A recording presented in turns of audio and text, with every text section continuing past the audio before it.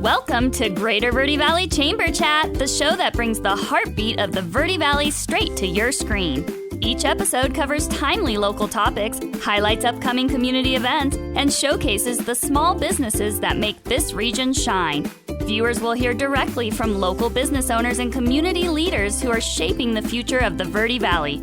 It's all about supporting local, staying informed, and strengthening our shared community. Greater Verde Valley Chamber of Commerce, helping businesses grow today to create a stronger tomorrow. And now, here's our host, President and CEO of the Greater Verde Valley Chamber of Commerce, Christian Oliva Del Rio. Hi, and welcome to Chamber Chat. I'm Christian Oliva Del Rio. I'm the President and CEO for the Greater Verde Valley Chamber of Commerce. And with me today, I have two amazing leaders in our community. Thank you, ladies, for joining me. I have Babette Cubid, which is the publisher and CEO for Verde Valley newspapers, which includes the Verde Independent, Kudos, and the Camp Verde Bugle. And then we have Olivia Maye, I apologize, associate editor for the Verde Independent. We just went over this and I still messed it up, so I apologize. Okay, that's totally fine. I'm sure it happens just as much as Oliva Del Rio, and people yeah. having to try to pronounce We're that both one, French, right? So we both understand. That's right. Well, ladies, thank you. I do appreciate you spending the time with me to get to know you a little bit better and learn a little bit more about Verde Valley News and why you do what you do. Can you share a little bit about your background? We'll start with you, Olivia. Tell me a little bit about, where you came from, why you're here, how long you've been here. Sure. First I want to start off by thanking you for inviting us on the show. This is such a great opportunity. Yeah. I'm originally from Milwaukee in Wisconsin, and I went to college at the University of Missouri Journalism School. Oh, wow. And while I was there, I became very heavily involved in magazine journalism. Okay. And I ended up becoming the editor-in-chief of our school/community magazine. Yeah. And that was a really great experience for getting to know like a smaller community because it was a college town, and also being able to be a leader within the community and meet with community leaders and be on that level. So when I saw that there was an opening at the Verde Independent, I ended up applying because I wanted to get out of the Midwest and just explore new areas. And yeah. Did the snow have anything to do with it? The cold weather? Maybe a little bit. I was kind of sick of it. Yeah. Even though it kind of gets as cold here as it does in Wisconsin it can, sometimes. Right?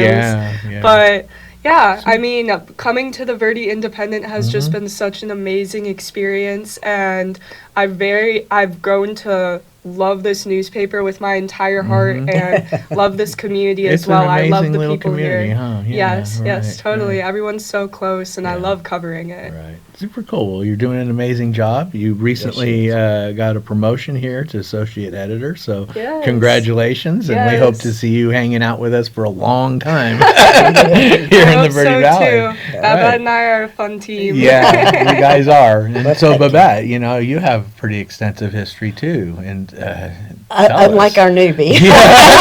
I have over 30 years in the newspaper industry, and I had the fortunate pleasure of starting out for one of the leading news sources in the United States and Europe, for that matter. Right. So I've had the opportunity to wear a lot of different hats along my career journey to Prescott and Cottonwood. That's how I started, was in Prescott in Arizona. Right. So I'm excited to be here, and I really love the community here, and it is a wonderful place. I mean, and we get so much gratification covering it, from the high school sports to the local government and the new businesses that come to town and the chamber. Great. It's great. It's great that you're very engaged and a very strong partner of the chamber, and so we really do appreciate that. So, coming from the big city, if you will, and then coming to rural Arizona, what and why is local journalism so important to our small communities, our rural communities? I'll start with that. We are in a day and a time when news and information is divisive of people. where I think community newspapers have their strength and why they're important is because they increase community involvement. Where we see newspaper deserts created, you see a higher incidence of lack of citizen engagement, lower turnout for local elections. You can see your taxes go up higher because corruption can sit in. There's no one to hold them accountable. And a community newspaper is not just about the gotcha. It's about the child that was the firstborn child of the year, or the high school football star, or the local business, the local person out here who dreamed of opening a business and who did. So it means so much, and it is part of the democratic process to keep people informed and connected with reliable source. You know, we find so many times that people want to go to Facebook, and sometimes we're even criticized for not getting it out there faster. I know. But we have to make sure it's right. We have to make sure it's credible. We can't just go out there as quickly as that. And I think, you know, I could give you any number of amount of times that wrong information was out there on Facebook that people probably took for credible news, and it wasn't. And, you know, we hire people like Olivia and others that are on the staff that are dedicated to their community and truth seekers. Right. So then, Olivia, that kind of leads into, so, you know, as a local reporter, what is your aim? What do you want to coverage or cover? Yeah. Right. I mean, not only like is journalism and local journalism such a pillar of democracy and something that we need to keep alive. That's partly why I decided to start my career at a local small newspaper, is because I wanted to experience that foundation at its like rawest extent. But also I feel like working at a local newspaper is kind of poetic in a way, because it's a reflection of the social, the economic, the political environment of your community. Right. So we're not out there creating the news. We're just reporting on it, and we're reporting the facts. We always fact check our facts. We talk to as many experts as possible, as many sources as possible. Our editor always says 3 touch points for every single article. And that, where was I going with that? And that is, it's important because we put out this information so people can make their own opinions and their own thoughts based on this opinion. We never want to put our own opinions in the article. We want people to have the freedom to be able to come to their own conclusions. So through this, I aim to cover, you know, the civil processes, like town government, school boards, stuff like that, holding people accountable when need be. Otherwise, I really enjoy lifting the community up and looking for those small stories that not a lot of people know about, because like in today's day and age, on social media, on Facebook, you can just get a lot of news just from your community members posting about it. And that's how you never really know what you can trust. Exactly. And that's kind of how like people stay informed and rumors start, and like sometimes it's not always true, but a lot of times they are very attuned to their community, and I respect the community, especially our community, for being so on top of that. So I feel like a big part of local newspapers is digging deep and going on another level deeper into the topic, or finding like those little niche stories that not everyone knows about that they can only get from the newspaper. So I think I love it. And, you know, you guys do a great job of your fact-checking and making sure that you're not jumping the gun and putting a story out there just because it's on social media. Because, you know, I find it's challenging for me as the CEO for the chamber, you know. What do I trust, you know? But you're right, the majority of people, they're on this social media, and they're trusting everything that they're reading. You just can't, right? There's too many times that there are instigators behind the scenes that may not even be from this country that are trying to push you into a direction, right? In our community, exactly. So, you know, I love that you guys are very in tune with that. So, you know, I think what would you say, you know, especially in recent times, I'm talking COVID, what has been the challenge for local papers?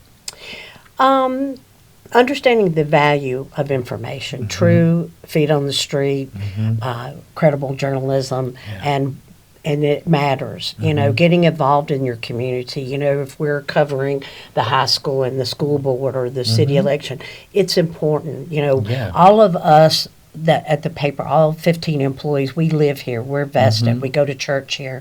You know, we care about our community at home, and it's very important that you vest yourself into credible journalism. You know, people who went to school that are dedicated. I mean, and know that we do go to 3 different sources. You know, we try to make sure that we're delivering everything that we need to. it's Do we accurate. miss? Yeah, Sometimes, sure right, we do, but for the most part, and it's news that matters where you live. Right. You know, Right. we're not, the national politics do dribble down to us, but it's, Sure. it's what the things that impact us the most are the things that happen here in our Right, borders, right, right. and what is it that we need to do to come together Right. to make this continue to make it a great community. Yeah, going off of that, I've noticed just personally, I'm very in touch with like my age demographic, but Yeah. even my parents and my grandparents, they watch the national news, and sometimes it just gets so overwhelming. It is. Everything that people see, and Yeah. I completely understand that, Yeah. and I hear that a lot, like within the community, that they're just done. They're done like watching the national Right. news. It's too scary. It's instilling fear. They don't. They're just tired of it. And a lot of times I feel like you can't trust that source, you know, But unfortunately. the good thing about local journalism is that we take those national topics, things that people are talking about all around the world, all around the United States, and we localize that. We find different perspectives within the community that Sure. can bring it into the community, Right. that people can read the newspaper and go, oh, I know this person, and they're saying this, or, Right. oh, this is how this relates to my community, and it seems less big then, less daunting. Right, right. So- then tell me then what do you think might be some of our biggest challenges that we're facing locally in the coming year? What do you think that we would see in that realm? Yeah, so one of my favorite things, and this is kind of nerdy of me, but I just love going through what legislation is going through at the state level currently. Okay. I covered state politics back in Missouri for a bit, so that's just kind of something that I like to keep up on. Sure. There's a few housing, like short Yeah. rental Sure. type of Yeah, short-term, legislation right, that's yeah, going through right now, and I think in the past, I mean, forgive me if I'm wrong, I'm still a little new to Arizona, but in the past there was a law that was passed that said that municipalities can't Yes. limit how many short-term rentals are in an area. Right. But now they're trying to pass legislation that will put some type of limitation, or they'll have to go through a permitting process Help in some order of the to do local it. municipalities in Yes. regulating some of that. Yes, and because our it's been an Cottonwood issue. mayor, Sure. Ann Shaw, actually is very passionate about that Yeah. issue and spoke to me about it. Right. And she was actually able to go to the opening of the first State of the State address Sure. and everything that Yeah. Governor Hobbs did. And Right. she said that that was a big issue that she was concerned about. And also just, I like keeping up with education Sure. and the whole Yeah. voucher situation in Sure. Arizona. Like Right. the state government spends a lot of money on these vouchers, and Right. it's kind of, I like to go into like what purpose is it for, and Yeah. do my research on that, you know. Right. But yeah. Yeah.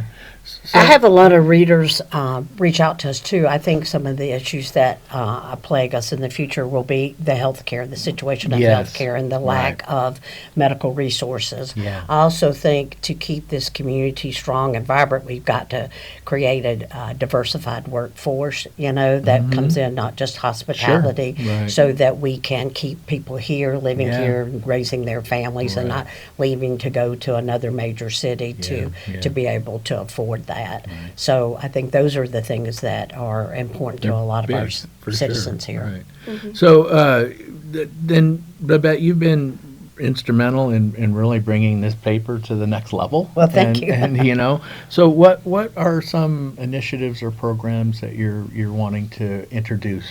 Well, Olivia and I, and we just hired a new editor, we hope to expand our business coverage in the community. We hope to do, or our plan is to expand healthcare, because that's so important to everybody here. I mean, whether Right. you're Olivia's age or my age, Right. you know, your health is important, you know. Yeah.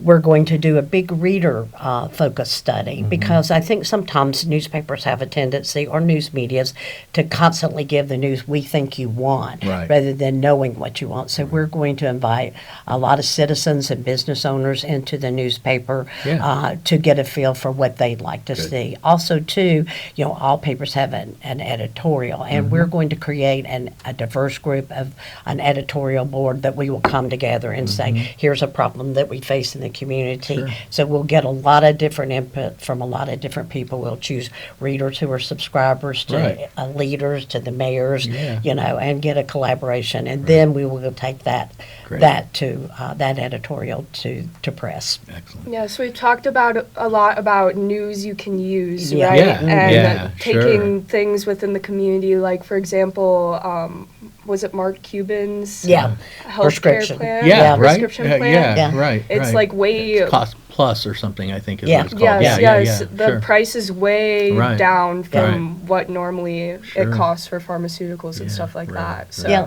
that is an example, because I came in, I'd been hearing about that, Yeah. and we all know how medical expenses. You were just Yeah. recently talking to Senator Kelly about Senator that. Kelly Yeah, about that. yeah. So I totally said, we really need to do that. So let people know, because I was amazed at how many people didn't know that there was another resource. Now, he doesn't have everything, but if No, we can but help somebody sure. find one thing that makes their life better, then Absolutely. we've done a good job. Yeah.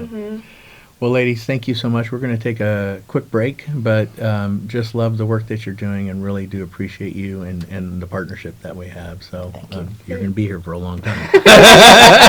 You're on the 20-year plan. Well, thank you, Christian. All right, we're going to take a quick break and then come back and join us, please. Arizona businesses need more skilled workers, and our students are the solution. At the Pima Joint Technical Education District, we build the talent Arizona businesses rely on.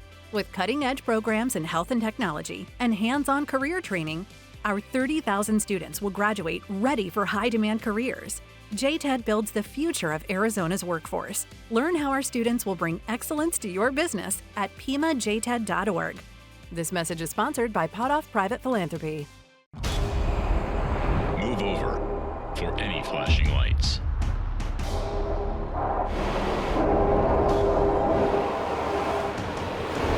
At 65 miles per hour, your vehicle travels over 95 feet in 1 second. 1 second that could change everything. Their lives are flashing before your eyes. Move over, Arizona. Every vehicle, every time. It's the law.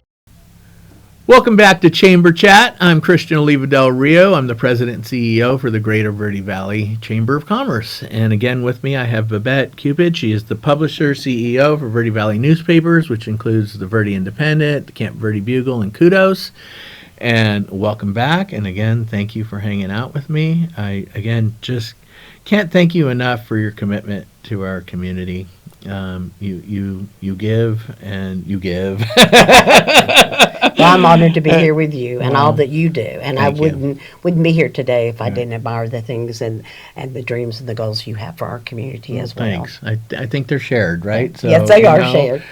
So recently we were able to get our claws in you and pull you onto the Chamber Foundation Board. And so just for our viewers, I'll tell a little bit. So our Chamber of Commerce formed a 501c3 organization under the Chamber umbrella, and it is called the Greater Cottonwood Chamber Foundation. And we've been established for just a little over 3 years now. And so, we are at that point where we're growing in the right direction, and we have a newly formed board. And thank you. You agreed to come onto that board with us. And we recently had a I don't know, kind of retreat, strategic conversation board meeting. And so I'm wondering if you can share some of what your takeaways were from that. Well, I think it's a very, very exciting addition to what the Chamber currently does and what we can do for the community. It'll enhance our ability to expand and help Hispanic businesses. It'll help us with strategic planning for the community, women's support. Also, too, it gives us an opportunity to create a tax deductible 501 Yes. Tax deduction status that can help us apply for grants, and we can turn around and invest those grants in community impact programs that we haven't presently had available to us. Right. Like, for example, you were able to be instrumental in getting a $20,000 grant that helps with and all that money has gone to the growing economic business center there located right beside the chamber office. Yeah. And that's a great opportunity for all of us and a resource for us to use. Right. So the Business Resource Center, right? And so we're located at 849 Cove Parkway. And our main chamber office is in Suite C, but Suite A was converted into a resource center. And so we have conference room that can host up to 20 people. And so we have a lot of our nonprofit organizations that maybe don't have a meeting space are able to use that space. We also have an office available with computer.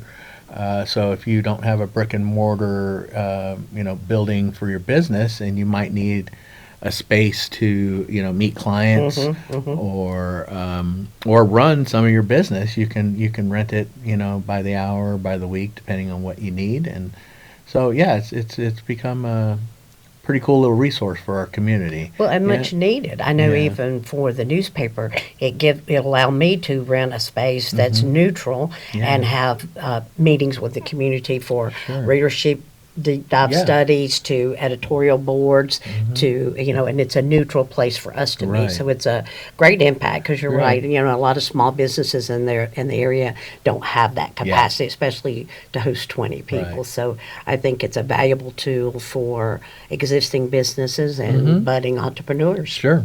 So I think strategically why we may have invited you to the board is because recently we applied for ACF, which is Arizona Community Foundation grant.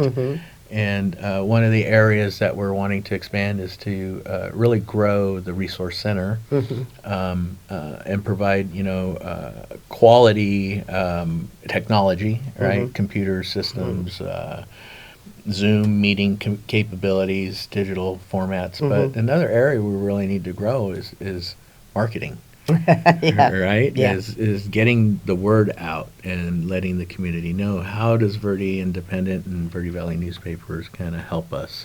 Well, we have a lot of small businesses, small LLCs that come in all the time and place advertising. Just like you said, they may be a small, cleaning service. Sure. And they don't have an office. They may have their team and they work together and they'll put a small ad in the newspaper because they can't afford a big ad or whatever. All advertising costs money. And by us being partners and making them aware of that, they can come and use your resources. They can have tutorial business support groups. They can use that to use a Zoom meeting or make use your technology that they would not otherwise have the opportunity to use. So we can publicize that and educate and steer them in your direction as well. That's great. So, like I said, the Verde Independent and you have been just an amazing partner. But I also was hoping you could maybe highlight some of our other partners that we're working with. Sure. Right? So, we plan to work with the Rural Policy Forum League of Cities in Arizona.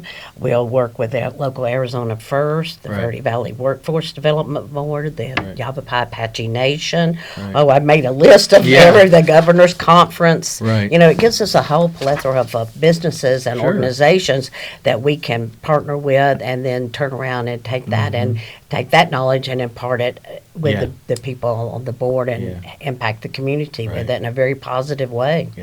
It's been a great experience. Another area that we're looking to expand into and potentially write grants would be in some of our events. Yes. Right. And so when we're looking at chamber events that could potentially be funded or semi-funded, you got some ideas on events that we host that could Sure. Right. I think there's the Rhythm and Ribs event that We've used to be talked hosted about. here. We've talked about bringing that back. How could we enhance the Christmas parade that was Right. very different this year, but really Sure. wonderful, really Right. wonderful. I think it opened our eyes to other potentials with that. I think partnering and doing health events that benefit Right. the community. Health and wellness is big in our area, right? Yeah. Small business incubator type Sure. events.